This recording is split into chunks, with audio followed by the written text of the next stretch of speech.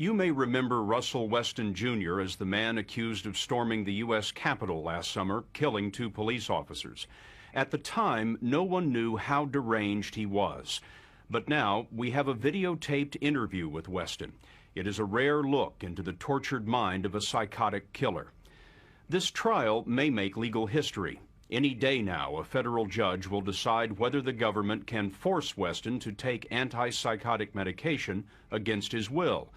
Prosecutors hope the medication will make Weston competent for trial. Psychiatrists say Weston is among the worst paranoid schizophrenics they have ever seen. The videotape that you are about to see is a portrait of a man at the end of a long journey into madness. This is Russell Weston. He describes himself as a brilliant scientist, and sometimes he says people confuse him with God. Hi, Mr. Weston. My name is Dr. Resnick. This interview was done in a prison hospital 6 months after the Capitol murders. Weston is being interviewed by a psychiatrist who wants to know if Weston understands the trial he faces. Weston says that he's on a crusade to wipe out cannibalism in America, and he explains how he kills the cannibals. I usually boil them in sour crude oil, is usually what I do. Boil who in sour crude oil? The cannibals. Which here in Washington, D.C., it amounts between 40 and 50,000 cannibals. I will put them in sour crude oil that's boiling hot, and whenever they get done, they turn out to be hard as a rock. And what happens to them after that?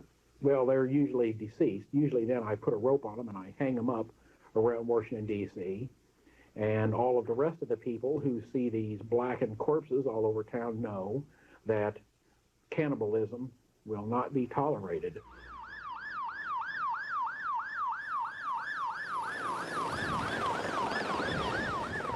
The madness of Russell Weston exploded into violence last year on July 24th. There was just rapid gunfire, one right after another, just pop, pop, pop, pop, really, really quickly in succession. At the Capitol, Officer Jacob Chestnut, a father of 5, was standing guard at a metal detector. Witnesses say Weston pushed a gun into Chestnut's face and fired. All of a sudden, I just started hearing screaming, and then one of the guards kept telling everybody to run. A few steps down the hall, Weston shot Detective John Gibson, an 18-year veteran with 3 children. Gibson managed to fire back, hitting Weston 3 times and taking him down. The terror was broadcast to the nation. Weston's parents were watching.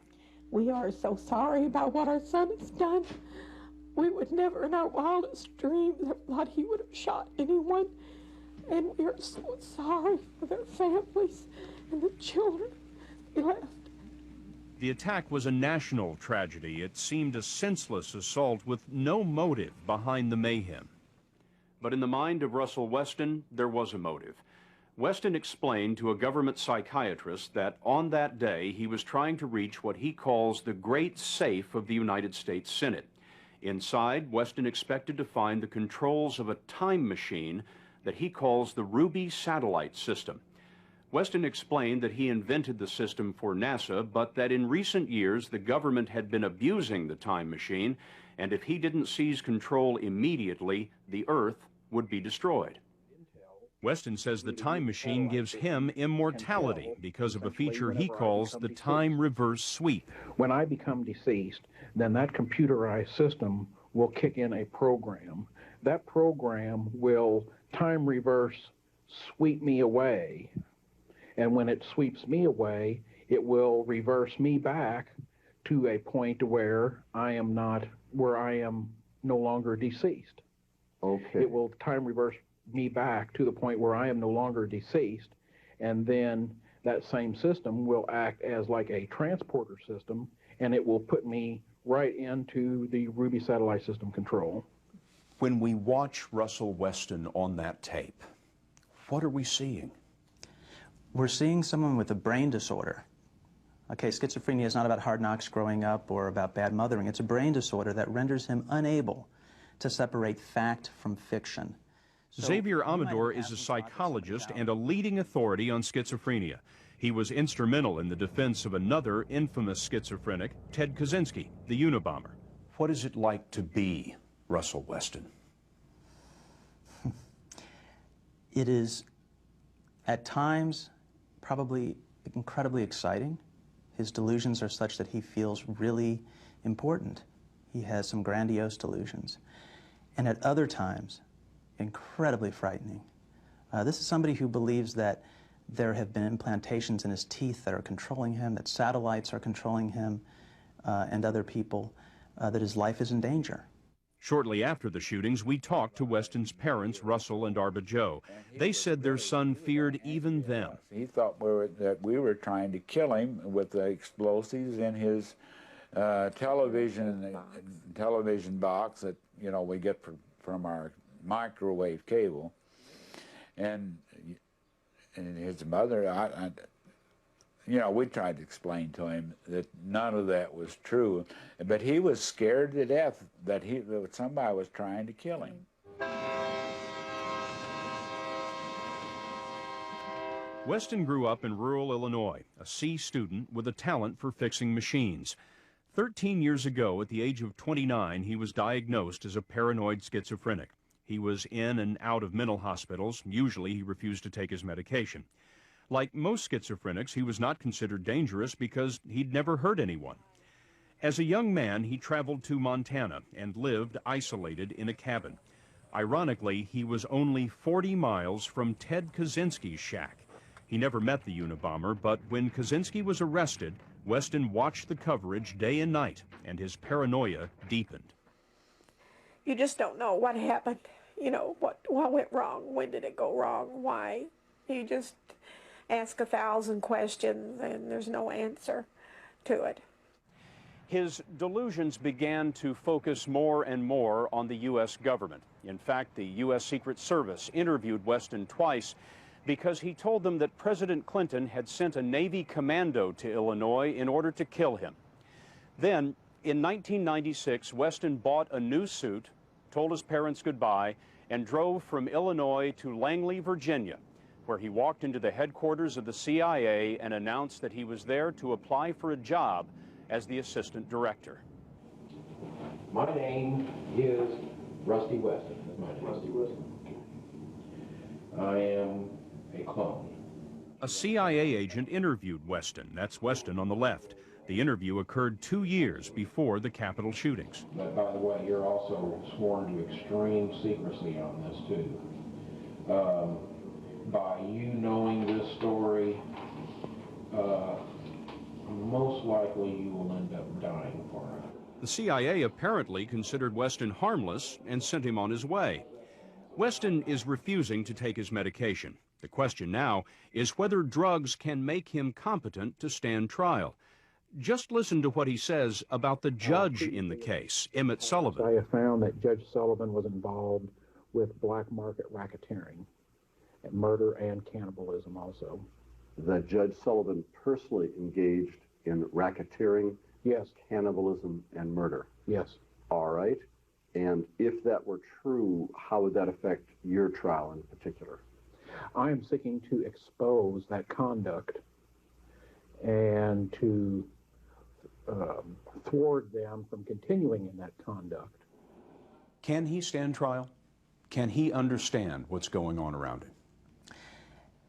The competency standard in our country, both at the federal and state level, and this is a federal case, is really actually pretty low.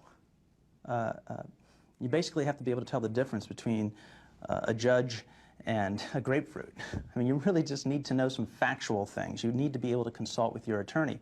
And according to Amador, Weston has another problem. He doesn't believe that he's sick.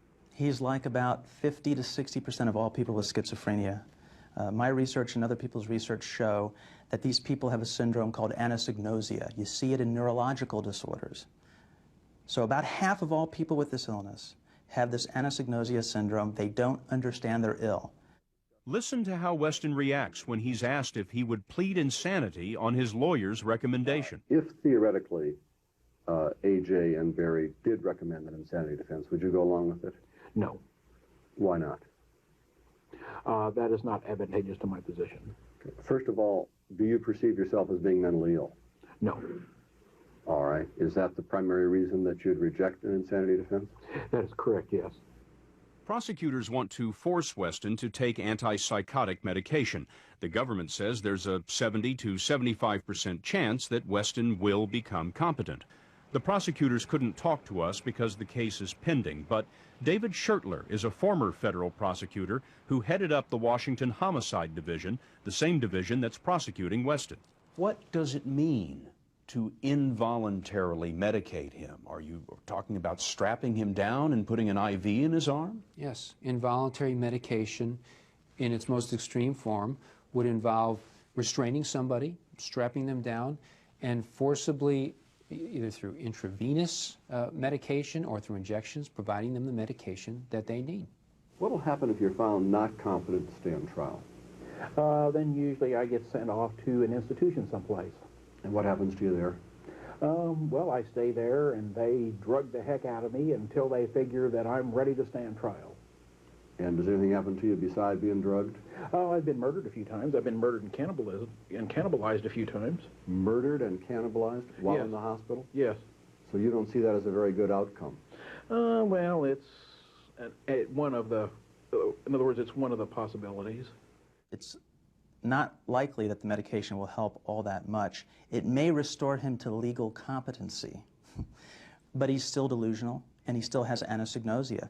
And think about that for a minute.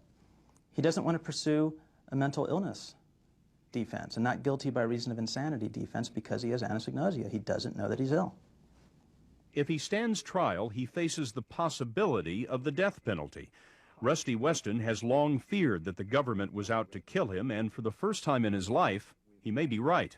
There is a sense that what the prosecution is saying is, let's medicate him so we can make him better, so we can kill him.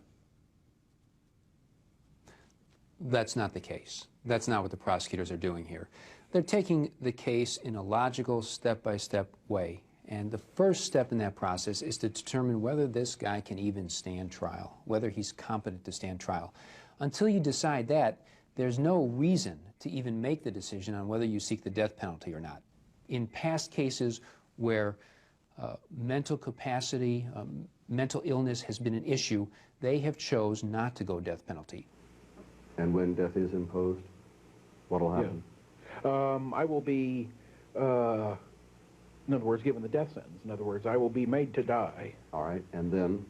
And then after that, whenever I die, I only die for maybe 3 or 4 seconds, maybe not even that long. In other words, as soon as I die, then I end up in what I call the Great Safe of the U.S. Senate is what it's called, which is the Ruby satellite control. Does Russell Weston know he's in trouble? No, he doesn't understand that he's in trouble. He doesn't.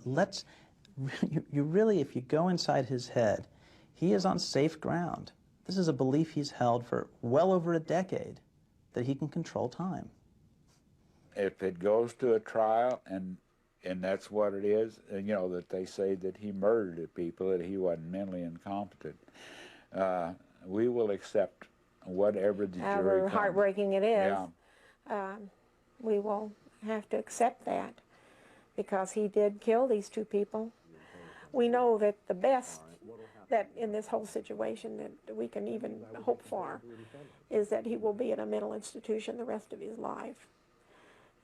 That'd be the best that we could even hope for.